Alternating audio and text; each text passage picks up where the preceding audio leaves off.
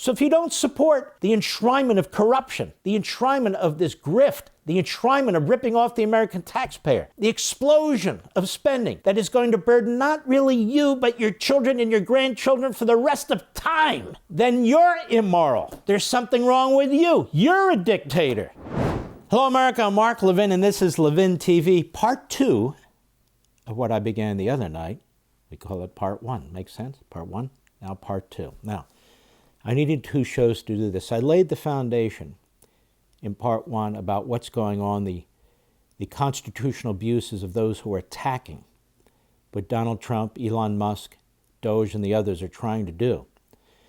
That the head of the executive branch is the president. The executive branch is, in fact, the president. He has a right to run the executive branch. Employees, spending, that sort of thing. He's not impounding funds.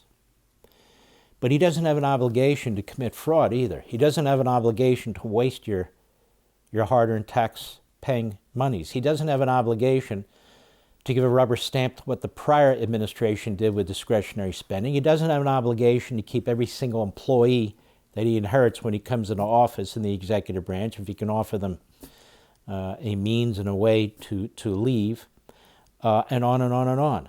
The courts don't have the power to run the executive branch. It's a clear violation of separation of powers, period. You have unelected judges who are all lawyers, who don't know their you-know-what from their you-know-what, and now they're going to make all these decisions and second-guess a president in his fundamental duties. We're talking about fundamental duties. He's running as the executive, the chief executive, the executive branch. You'll notice the Washington, D.C. and New York media, they're all in with the swamp. They're all in with the agencies and the bureaucrats. They're all in with the Democrats. There they are again, very ignorant people, very cloistered environment. They share the same social circles, the same ideology. They award each other these, these plastic awards and so forth and so on. One tries to outdo the other. As I say, they socialize with each other. They don't know crap. And yet there they are doing the same thing over and over and over again. Where are the great journalists of the past who ran the great Sunday shows, the Joel Spivaks of Meet the Press, and the Tim Russerts of Meet the Press? Where are they? Where's the Dave Brinkleys of This Week? Or the George Hermans go way back of CBS and 60 Minutes. They don't exist anymore. Instead, you get stupid punks who really know nothing. But they're there. They're the cheerleaders. They're pushing the agenda. They've been doing it now for at least a decade, maybe a decade and a half. It has intensified over the course of the last 8 years, and they're still at it. And they want you to believe that a president who's exercising his authority, not abusing it, who's trying to figure out ways to get this debt under the control, this massive, just constantly self-perpetuating government under some level of control. That's what he ran on. That's what he's trying to do. And by the way, he was criticized. Look at all the spending he did and all the rest of it. He's trying to get his hands around it, really like no other president I've ever seen. Now he's under attack. Elon Musk is under attack. His staff is under attack. That they are a threat to democracy because the Democrats need all this. They want all this. All this fraudulent spending, these missing monies, the corruption, the grift, this is what they've created. You know, ladies and gentlemen, there was a young man by the name of Frederick Bastiat. He was French. He wrote a couple of essays. One essay has been turned into a very short book here called The Law. And this gentleman, he didn't start out as a scholar. He didn't start out as a philosopher. Unfortunately, he died at the young age of 49. He got tuberculosis because he was traveling France pushing his ideas. His ideas were to counter the growing socialism that was taking place, the newly taught Marxism that was taking place. He would die in 1849. He was born in 1801. He'd been elected to several offices in France, some local, some the national parliament. He started to think things through. I believe he was a local mayor for a period of time, but more than a politician. He'd been an economist. He would write about economics. And he was one of the great early free market economists. And he would tie economic issues to issues of freedom. And As I say, he died at a very young age, unfortunately.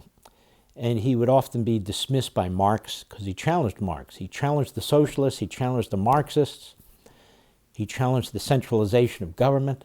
He was a brilliant, brilliant young man, and he wrote in plain English.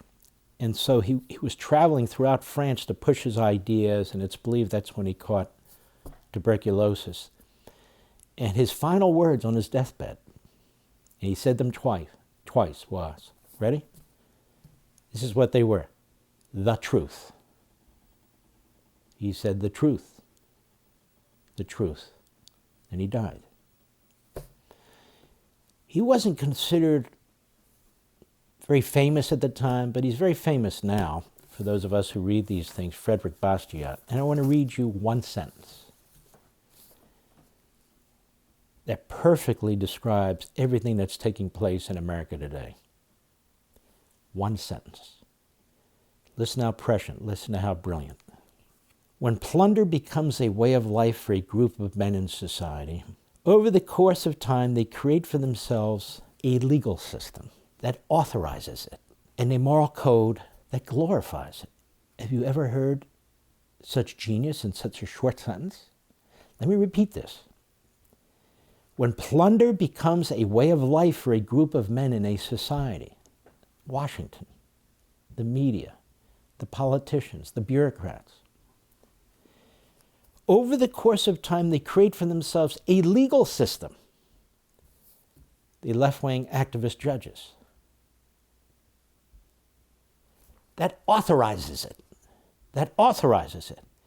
and a moral code that glorifies it, the media. So if you don't support the enshrinement of corruption, the enshrinement of this grift, the enshrinement of ripping off the American taxpayer, the explosion of spending that is going to burden not really you, but your children and your grandchildren for the rest of time, then you're immoral. There's something wrong with you. You're a dictator. You see? That's his point. When plunder becomes a way of life for a group of men in a society, over the course of time they create for themselves a legal system that authorizes it and a moral code that glorifies it. I'm telling you, that's utter genius. And unfortunately, it's true. For all this and much more, sign up for Levin TV.